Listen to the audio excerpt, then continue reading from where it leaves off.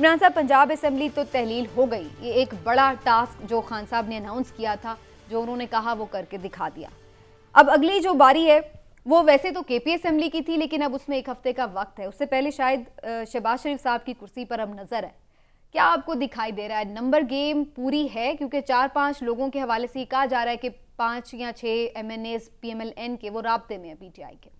बिस्मिल्लाहिर्रहमानिर्रहीम। सुमीना, देखें, तहरीक इंसाफ बिल्कुल ये दावा तो कर रही है कि 5 लोग उनके साथ राब्ते में है नून लीग के, और उनमें से 4 से उनके मामला तय भी हो गए। लेकिन मामला ये है कि देखें, और सियासतदानों में राब्ते होते भी हैं, सियासी जमातों में भी होते हैं, मुखालफिन में भी के साथ भी होते हैं।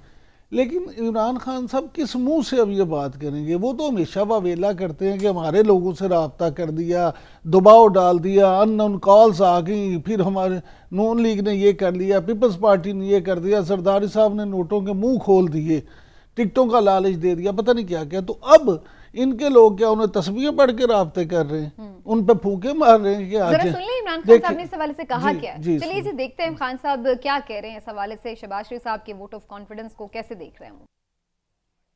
और भी प्लान्स हैं, वो भी क्या हैं, लेकिन अच्छा, इम्तिहान में तो खान साहब ने उन्हें डाला हुआ है और अच्छा खासा डाला हुआ है। और जितना प्रेशर देखें, अब आज उनकी बॉडी लैंग्वेज देखी है आपने? जब मेहर बुखारी के साथ ये इंटरव्यू में इमरान खान की बॉडी लैंग्वेज बड़ी, आज वो रिलैक्स भी थे और एग्रेसिव मूड में भी थे। आज उन्होंने ये पंजाब असेंबली वाली जो है अपनी फतह, उसको वो इंजॉय कर रहे थे, उनकी आंखों में शरारत भी थी। ये सारी चीज़ें ना, खान देखें, इमरान खान साहब जो है ना अब खेलेंगे, क्योंकि अब उन्हें ये उनके अब हाथ मजबूत हैं पहले से। एक जगह पे पंजाब जो पाकिस्तान का सबसे बड़ा सूबा है, उसमें उन्हें कामयाबी मिल गई है। लिहाजा अब वो ये कोशिश करेंगे कि इन्हें मजीद टफ टाइम दें। और जिस तरह वही फिर वो बात जो हम कल कर रहे थे कि जो एक फास्ट बॉलर की साइकी होती है कि जब वो एक कामयाबी लेता है तो फिर मजीद वो बाउंसर भी मारता है, शरारतें भी करता है, वो बाउंसर कामयाबी के ऊपर ही जरा थोड़ी अपडेट भी ले लेते हैं, क्योंकि अभी हुआ है काम कि असेंबली तहलील हुई है अकॉर्डिंग टू लॉ। तो इस पर मोइन नजर हमारे नुमाइंदे हमारे साथ हैं, उनसे जरा पूछते हैं कि अब इस वक्त कानूनी तौर पर क्या सेटअप है और क्या इसके हवाले से मुशावरत कब, कैसे, किस तरह से आगे प्रोसेस चलेगा। मोइन बताइएगा, असेंबली तो तहलील हो गई है, क्या बाकायदा नोटिफिकेशन का भी इजरा हो चुका है और अब आगे की क्या प्लानिंग है? क्या कुछ सेटअप के हवाले से, कुछ आर्जी सेटअप के हवाले से ब्यूरोक्रेसी अब किसके मातहत है? जी, अभी इस वक्त जो मेरी थोड़ी देर पहले अभी सेक्रेटेरिएट बात हुई है, चीफ सेक्रेटरी पंजाब ने एक आला सतही इजलास तलब किया है, जिसमें उन्होंने सेक्रेटरी कानून, मुख्तलिफ कानूनी आईनी माहिरीन को बुलाया है, जिसमें वो ये फैसला करेंगे कि 48 आवर्स हो गए हैं गवर्नर पंजाब से वो वज़ीर आज़म की एडवाइस की कापी मंगवाने के बाद वो उसका नोटिफिकेशन जारी करने के पाबंद हैं 48 आवर्स के अंदर। तो हम चूंकि गवर्नर पंजाब की तरफ से बहुत देर से फैसला किया गया है, क्योंकि आज ये सारा दिन सुबह से शाम तक इस बारे में इब्हाम चलता रहा। सुबह 12:30 बजे के करीब गवर्नर हाउस से मुझे ये पता चला कि सेक्रेटरी टू प्राइम मिनिस्टर का फोन आया था। उन्होंने गवर्नर पंजाब से कहा कि आप तमाम डॉक्यूमेंट तैयार करके उस डॉक्यूमेंट की कॉपी जो है प्राइम मिनिस्टर के घर पे भिजवा दें, वो देखेंगे, उस तरह मशवरे के बाद वो आपको हदायत जारी कर देंगे। उसके बाद वज़ीर आज़म वहाँ से चले गए सिविल सर्विस एकेडमी फंक्शन में, पासिंग आउट परेड में। वहाँ से जिस वक्त वो वापस आए तो उन्होंने वहाँ से वफाकी वज़ीर कानून को बुलाया, गवर्नर पंजाब को बुलाया, वहाँ पे उनकी डिस्कशन होती रही। उसके बाद वज़ीर आज़म ने हंगामी तौर पे पार्टी का इजलास बुलाया। पार्टी के इजलास में ये फैसला किया गया कि गवर्नर पंजाब इस पर साइन नहीं करेंगे और आईनी तौर पे ऑटोमेटिकली आइन की 112 के तहत ऑटोमेटिकली जो है असेंबली को वो अच्छा मोइन, ये जो अभी आप बता रहे थे चीफ सेक्रेटरी की सदारत में भी एक इजलास हो रहा है ब्यूरोक्रेसी के अहम अहदेदारों का, तो उसमें क्या एजेंडा है? जी, उसमें से 1 पॉइंट एजेंडा है। उन्होंने जायजा लेके नोटिफिकेशन चूंकि जारी होना है, वो नोटिफिकेशन जारी करने की मंजूरी देने के बाद वो नोटिफिकेशन उसका जारी हो जाएगा असेंबली की तहरीर का। जी, बहुत शुक्रिया आपका Moin, thank you so much, आपने अपडेट कर दिया। तो ये जनाब अपडेट पंजाब से कि जो है वो तहलील हो चुकी है और इसका बाकायदा नोटिफिकेशन भी थोड़ी देर में जारी हो जाएगा। चौधरी साहब, एक बड़ी विकेट जो खान साहब की बड़ी कामयाबी, इसमें कोई दो राय नहीं है, लेकिन उसी ने ये कॉन्फिडेंस दिया है कि अब ये जा रहे हैं शहबाज शरीफ साहब को एतमाद का वोट लेने के लिए। लेकिन ये बात बड़ी वैलिड है जो इमरान साहब ने भी उठाई है कि इनके बंदे अगर टूटे तो ये कहते हैं कि ये गलत है, तो फिर उनके लोगों से ये राब्ते क्यों कर रहे हैं? देखिए, हाउस ऑफ कार्ड्स होती है सियासत, और वो सेटअप्स में जब कार्ड्स लूज़ होना शुरू होते हैं तो जो हैं वो फिर बाकी कार्ड्स जो हैं वो भी गिरना शुरू हो जाते हैं। कुछ लोग जो हैं वो राब्ते ख़ुद से भी कर रहे हैं अपने मुस्तकबिल में। किसी को जो है, सियासत इसी का नाम है, सियासत में लोगों से राब्ते भी होते हैं, इंडिविजुअल भी हो सकते हैं, हो सकता है एलआई से राब्ते भी हो रहे हो। और क्योंकि जो इस वक्त जो मैंने आपको हमेशा ये कहा कि नून लीग जो है वो डिपेंडेंट हो गई है टोटल आसिफ जरदारी साहब के मशवरों के ऊपर, और आसिफ जरदारी साहब ने कमाल महारत से नवाज़ लीग के साथ, नून लीग के साथ वो कर दिया है जो कि नून लीग कभी सोच में नहीं सकती थी।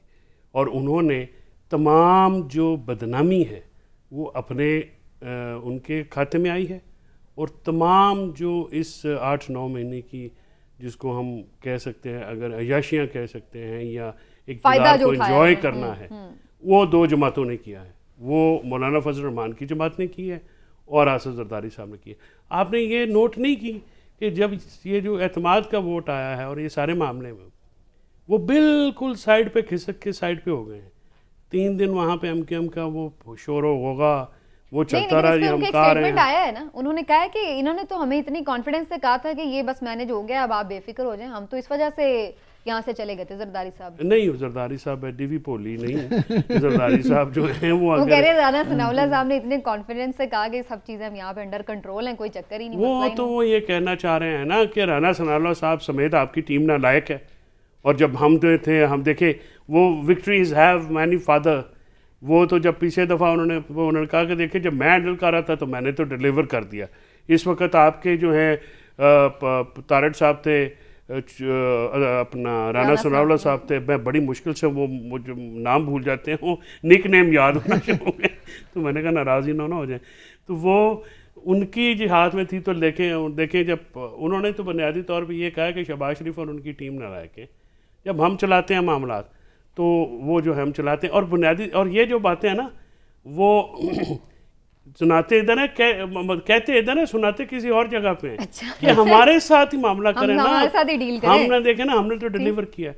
तो बुनियादी तौर के ऊपर नून लीग जो है इस वक्त जो जमात जो है जिसको वो कह सकते हैं कि वो घुटनों तक, यानी इसमें तो भी हम बात कर ही लेते, लेकिन जो मेरा स्पेसिफिक क्वेश्चन था इस हवाले से कि एतमाद के वोट के लिए कह तो रहे हैं, जाहिर है कोई हाथ में तैयारी होगी तो फिर अल्टीमेटली जाएंगे।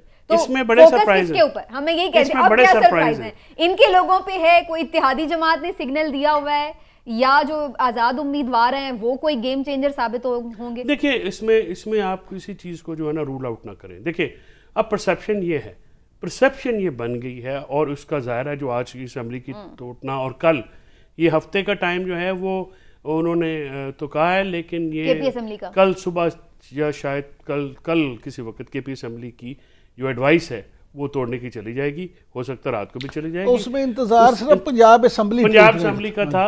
नहीं, लेकिन मैं उस पॉइंट ऑफ व्यू से पूछ रही हूँ कि ये तो नहीं है कि इसमें ये पहले ये जो कौमी असेंबली वाला मामला है इसको सॉर्ट आउट करना चाहते हैं, फिर बाद में नहीं, ये जो नेशनल असेंबली का जो वोट ऑफ कॉन्फिडेंस है वो देखें, वो प्रोविंशियल गवर्नमेंट्स का एक डिफरेंट।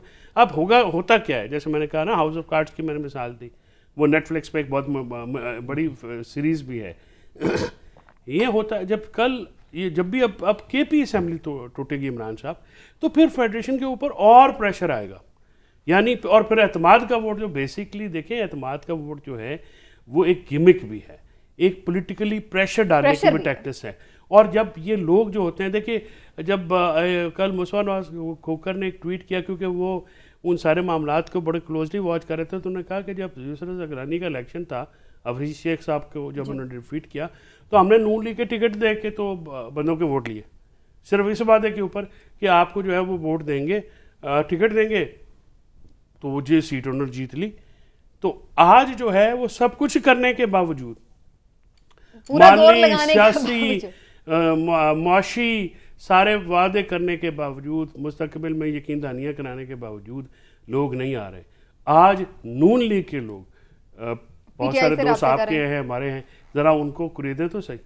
तो ऐसा मुझे आज एक फ़ोन आया था, मुझे मरकज़ी रहनुमा मुस्लिम लीग नून के, और उनका फ़ोन आया और वो मुझसे इसी जब मौजू पे बात हो रही थी तो मैंने उनसे पूछा कि जी आप क्या समझते हैं, क्या मामला। तो यकीन करें उन्होंने मुझे कहा कि आपके साथ मैं ये जो बात कर रहा हूँ तो मेरा नाम आप डिस्क्लोज़ ना करें, लेकिन मैं आपसे ये कह रहा हूँ कि अगर क़यादत इसी तरह बाहर बैठी रही और नवाज शरीफ साहब और मरीम नवाज़ वापस ना आए और उन्होंने ख़ुद आके यहाँ पे मामला ना संभाले तो फिर मुश्किल होगी, क्योंकि उनका ये कहना था कि हमारे साथ वही हुआ है जो हमने पीपल्स पार्टी के साथ किया था, यानी जिस तरह से पंजाब में हमने पीपल्स पार्टी का सफाया किया था उसी तरह से पीटीआई ने इस वक्त हमें वहाँ पे ला खड़ा किया है कि हमें पंजाब में बड़ी मुश्किल है। अब भी अगर हमने पूरा एग्रेसिवली, इसीलिए देखें जो मुस्लिम लीग नून की आज मीटिंग हुई है उसमें भी मैं आपसे अर्ज कर दूं ये बात बड़ी सीरियसली शहबाज शरीफ साहब ने खुद चेयर किया मीटिंग, और उसमें यही तय पाया है कि अब ये बड़ा जो इलेक्शन में जब ये जाएंगे तो बहुत एग्रेसिव जाएंगे।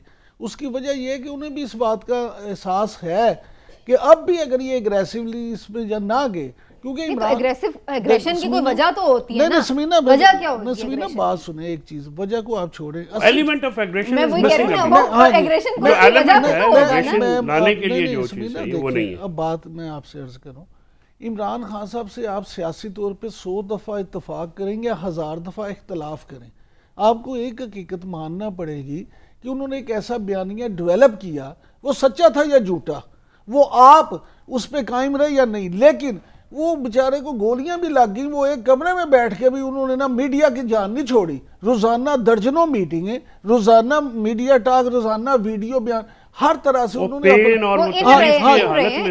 मैं यही कह रहा हूँ वो उन्होंने अपना एक ताल्लुक जोड़े रखा। उन्होंने ये नहीं एक लम्हे के लिए भी होने दिया कि वो जो बयानिया जिस हाइप पे उनका चला गया उसमें थोड़ा सा भी उसे लूज छोड़े, क्योंकि वो समझते थे कि अगर लूज छोड़ा तो उनके नीचे भी अल्लाह की मेहरबानी से क़यादत जो है वो उसको संभाल नहीं सकती उस तरह से जो इमरान खान ने जो टेम्पो, क्योंकि उनका अपना एक करिश्मा भी है।